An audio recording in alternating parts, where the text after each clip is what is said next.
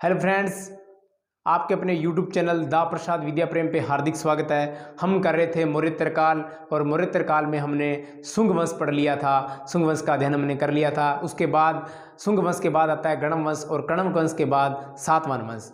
गणम वंश ज़्यादा लंबे समय तक नहीं चला था और उसके बाद सातवाहन वंश की स्थापना हुई और सातवाहन के वंश के बारे में काफ़ी इम्पोर्टेंट प्रश्न बनते हैं परीक्षा की दृष्टि से, जिसे हम आसानी से याद करेंगे और अध्ययन करेंगे। अब हम करते हैं कणम वंश।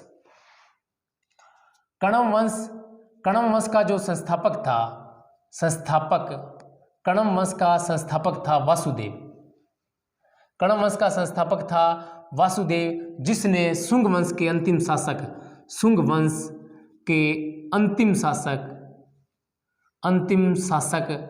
वंश का जो अंतिम शासक हुआ था देवभूति। शुंग वंश का अंतिम शासक हुआ था देवभूति की हत्या करके कणम वंश की नींव डाली वासुदेव कणव ने कणम वंश की नींव डाली। इस राजवंश में ये लंबे समय तक नहीं चला था। इस वंश की स्थापना हुई थी 75 BC यानी कि 75 ईसा पूर्व में हुई थी। ये इसका समय है और ये 75 BC से 30 BC चला था, यानी कि लगभग 45 वर्ष चला था। इस वंश के 4 शासक ही हुए थे, वासुदेव, और वासुदेव के बाद उसका उत्तराधिकारी था भूमि मित्र के बाद नारायण हुआ, और नारायण के बाद हुआ था सुशर्मा, और सुशर्मा की हत्या करके या युद्ध में पराजित करके सिमुक ने सातवाहन वंश की नींव डाल दी सुशर्मा की हत्या करके। ठीक उसी प्रकार जैसे मौर्य वंश के अंतिम शासक भद्रथ की हत्या करके पुष्यमित्र शुंग ने शुंग वंश की नींव डाली, ठीक उसी प्रकार शुंग वंश के अंतिम शासक देवभूति की हत्या करके वासुदेव ने कणम वंश की नींव डाली। ठीक उसी प्रकार कणम वंश के अंतिम शासक सुशर्मा की हत्या करके सातवाहन नरेश सिमुक ने सातवाहन वंश की नींव डाली। जैसे देखिए, यहाँ हम तो लिखते हैं वंश और इधर लिखते हैं अंतिम और यहाँ आ जाएगा संस्थापक। यहाँ लिखते हैं संस्थापक। वंश था मौर्यों का अंतिम शासक था बृहद्रथ, और इसका सेनापति था पुष्यमित्र शुंग ने बृहद्रथ की हत्या करके इसकी हत्या की और नींव डाल दी शुंग वंश की। और शुंग वंश का अंतिम शासक हुआ था देवभूति का सेनापति था वो था वासुदेव ने देवभूति की हत्या करके नींव डाल दी कणम वंश की। और कणम वंश का अंतिम शासक था सुशर्मा की हत्या करके सिमुक ने सातवाहन वंश की नींव डाल दी। सातवाहन वंश परीक्षा की दृष्टि से, इतिहास की दृष्टि से और भारतीय सामाजिक और सांस्कृतिक दृष्टि से भी महत्वपूर्ण एक सातवाहन वंश है, जिसका हम विस्तृत अध्ययन करेंगे और विशेष जो बातें हैं इसकी हम नोट करते चलेंगे, जिससे प्रश्न हमारा कोई बाहर नहीं होगा। अब हम करने वाले हैं सातवाहन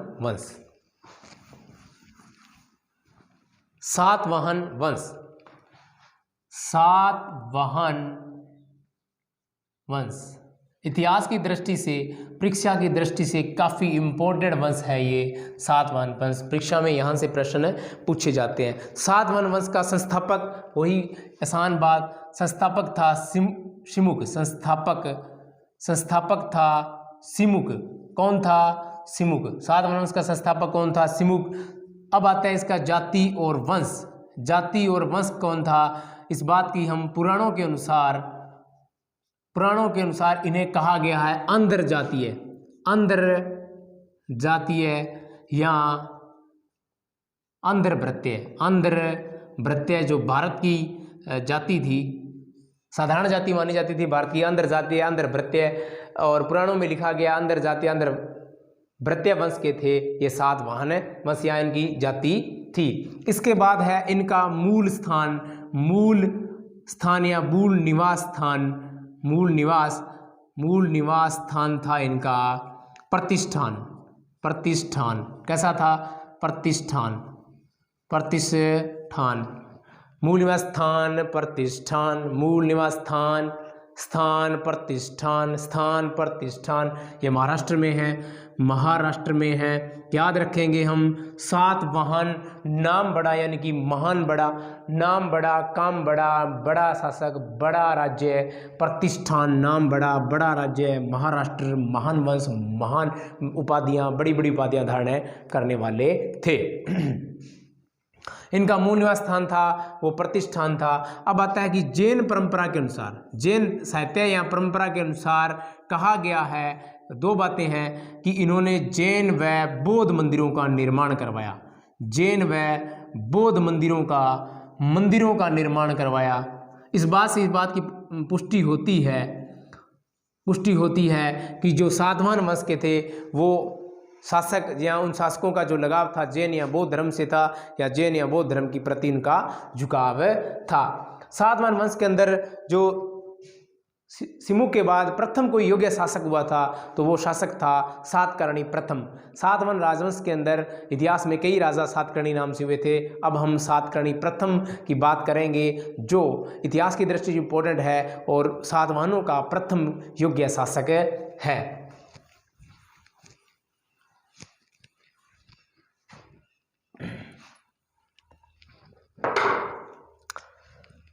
शासक है सातकर्णी प्रथम, सातकर्णी प्रथम, सातकर्णी प्रथम, सातकर्णी प्रथम, प्रथम योग्य शासक, प्रथम शक्तिशाली या प्रथम योग्य शासक, प्रथम योग्य शासक था। और इसकी योग्यता या इसकी उपलब्धियों की हमें जानकारी मिलती है, वो है नानाघाट अभिलेख, नानाघाट अभिलेख है। और ये नानाघाट अभिलेख है पूना में, और इसकी नानाघाट अभिलेख का जो निर्माण करवाया था वो नागनिका या नायनिका ने करवाया। नायनिका ने इस अभिलेख को, नानाघाट अभिलेख को पूना में लगवाया था। और नायनिका थी सातवाहन की पत्नी, सातवाहन वंश के प्रथम योग्य शासक सातकर्णी प्रथम की पत्नी, सातकर्णी प्रथम की पत्नी थी, सातकर्णी प्रथम की पत्नी नागनिका थी। नागनिका जो थी ये अंगीय वंश की थी, अंगीय वंश की थी। और अंगीय वंश था ये महारथी वंश था, महारथी वंश था।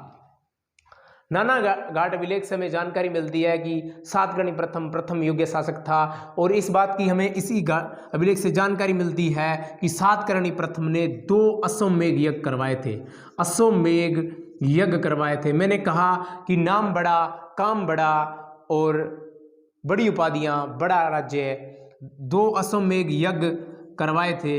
एक राजसूय यज्ञ करवाया था, राजसूय यज्ञ सातकर्णी प्रथम ने करवाया था। नाम बड़ा, काम बड़ा, इसने 2 मुद्राएं चलवाई थी, 2 मुद्राएं चलवाई थी, 2 मुद्रा थी।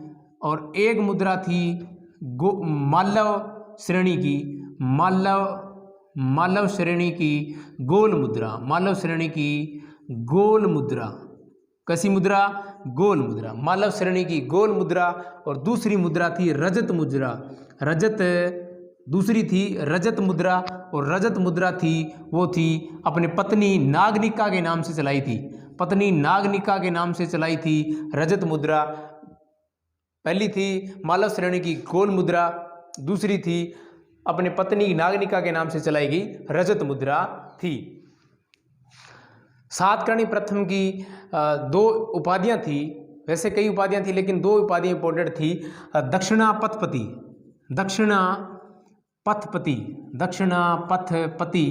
और दूसरी उपाधि थी दक्षिणापथपति, दूसरी थी अप्रतिहतपति, दक्षिणापथपति अप्रतिहतपति। इसकी सातकर्णी प्रथम की 2 मुख्य उपाधियां थी। मैंने कहा था कि नाम बड़ा, सातवाहन, नाम बड़ा, स्थान बड़ा, प्रतिष्ठान, राज्य बड़ा, महाराष्ट्र, उपाधियां बड़ी, दक्षिणा पतपति, अप्रतिहतपति। अप्रतिहत है एक नाम से मुझे एक मुद्रा राक्षस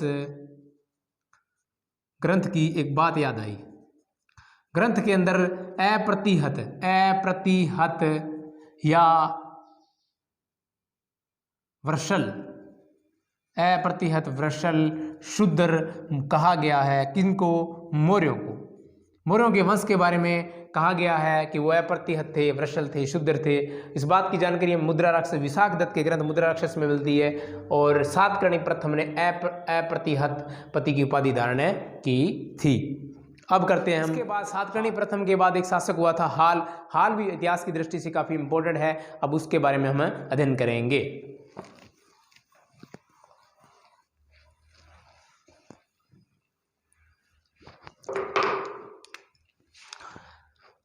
शासक का नाम है हाल एक विद्वान था। और एक साधारण सी बात है, जो विद्वान होगा उसे साहित्य से लगाव होगा, साहित्य से लगाव होगा वो साहित्य से लगाव रखने वाले विद्वानों से भी लगाव करेगा। इसलिए उसने अपने राज्य में विद्वानों को आश्रय दिया और इसीलिए उसे विद्वानों का आश्रयदाता कहते हैं। शासक है नाम हाल है और हाल ही अच्छे हैं क्योंकि ये विद्वान है और विद्वान है तो विद्वानों का आश्रयदाता भी है, विद्वानों का आश्रयदाता भी है। इसकी पत्नी का नाम था मल्यवती। यह भी संस्कृत भाषा की ज्ञाता थी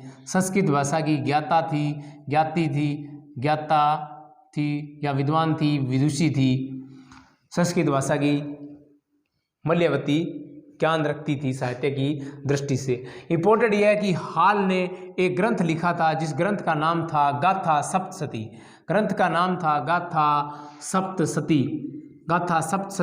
ये प्राकृतक भाषा में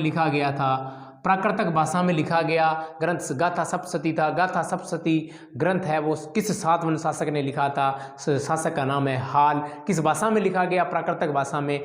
और इसकी प्रमुख बात ये है कि ये श्रृंगार रस प्रधान ग्रंथ है और इसीलिए इसी के अंदर प्रेम गाथाओं का वर्णन किया गया है। हाल था, उसका हाल बढ़िया था इसलिए वो प्रेम की बातें करता था। हाल था अच्छा, बातें अच्छी थी। क्योंकि प्रेम करता था सभी से इसलिए प्रेम गाथाएं लिखता था। श्रृंगार रस प्रधान और प्रेम गाथाएं श्रृंगार रस में लिखी जाती है। इसी के दरबार में सबसे इंपॉर्टेंट बात थी, कई विद्वान थे, उसमें 2 विद्वान इंपॉर्टेंट थे। एक विद्वान का नाम है गुणाढ्य और दूसरे का नाम है सरववर्मन। गुणाढ्य ने पैसाची प्राकृतक भाषा के अंदर वृत्त कथा लिखी थी। पैसाची प्राकृतक भाषा में लिखी थी वृत्त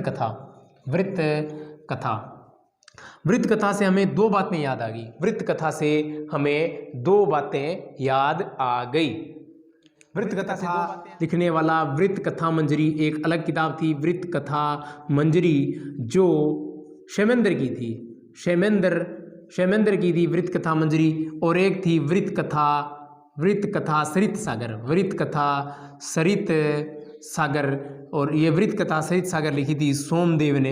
ये 2 ग्रंथ इंपॉर्टेंट ग्रंथ है जिससे हमें मौर्य वंश की जानकारी मिलती है और मौर्य वंश की जानकारी के स्रोत है।